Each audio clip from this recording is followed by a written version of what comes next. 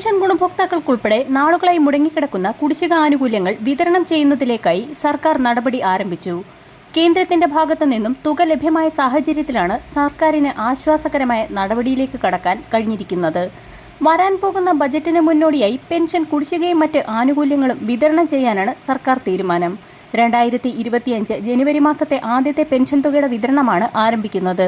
വിവിധ സ്കീമുകളിലായി പെൻഷൻ തുക കൈപ്പറ്റുന്ന ഗുണഭോക്താക്കൾക്ക് ആനുകൂല്യങ്ങൾ എത്തിച്ചേരും. ജനുവരി മാസത്തിലെ തനത് പെൻഷൻ തുകയോടൊപ്പം കുടിശ്ശികയും വിതരണം ചെയ്യും.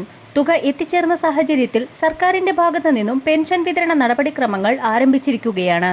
സാമൂഹിക സുരക്ഷാ പെൻഷൻകാർക്കും ക്ഷേമനിധി ബോർഡ് പെൻഷൻ ഗുണഭോക്താക്കൾക്കും സർക്കാരിന്റെ സർവീസ് പെൻഷൻകാർക്കും കുടിശ്ശികയായിരിക്കുന്ന ആനുകൂല്യങ്ങൾ വിതരണം ചെയ്യും. സർവീസ് പെൻഷൻകാർക്ക് നൽകാനുള്ള പെൻഷൻ പരിഷ്കരണ കുടിശ്ശികയുടെ ഒരു ഗഡു കൂടിയാണ് സർക്കാർ അനുവദിക്കുക. ക്ഷേമ പെൻഷൻകാർക്ക് തനത് തുകയോടൊപ്പം കുടിശ്ശികയും വിതരണം ചെയ്യും. ഇതോടൊപ്പം തന്നെ കേന്ദ്ര സഹായം 2000 രൂപ വീതവും അക്കൗണ്ടുകളിലേക്ക് പ്രഖ്യാപിച്ചിട്ടുണ്ട്. അർഹതപ്പെട്ട ആളുകളുടെ ആധാർ അധിഷ്ഠിത ബാങ്ക് അക്കൗണ്ടുകളിലേക്കാണ് ഈ തുക എത്തിച്ചേരുക.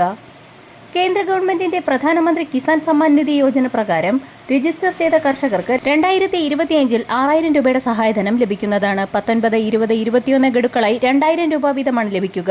ഗുണഭോക്താക്കളുടെ ബാങ്ക് അക്കൗണ്ടുകളിലേക്ക് നേരിട്ട് നിക്ഷേപിക്കുന്ന ഈ തുക ഓരോ വർഷവും 3 ഗഡുക്കളായി ലഭിക്കും. ഗുണഭോക്താക്കൾ KYC പരിശോധന അക്ഷയ സെന്റർ മുഖേനയോ അതല്ല എങ്കിൽ PM കിസാന്റെ വെബ്സൈറ്റ് പരിശോധിച്ച് KYC ലാൻഡ് വെരിഫിക്കേഷൻ എന്നിവ പൂർത്തിയാക്കിയിട്ടുണ്ട് എന്നുള്ള കാര്യം പ്രത്യേകം ചെക്ക് ചെയ്യുക. വരും ദിവസങ്ങളിലെ സർക്കാർ അറിയിപ്പുകൾക്കായി ചാനൽ സബ്സ്ക്രൈബ് ചെയ്യാൻ മറക്കാതിരിക്കുക.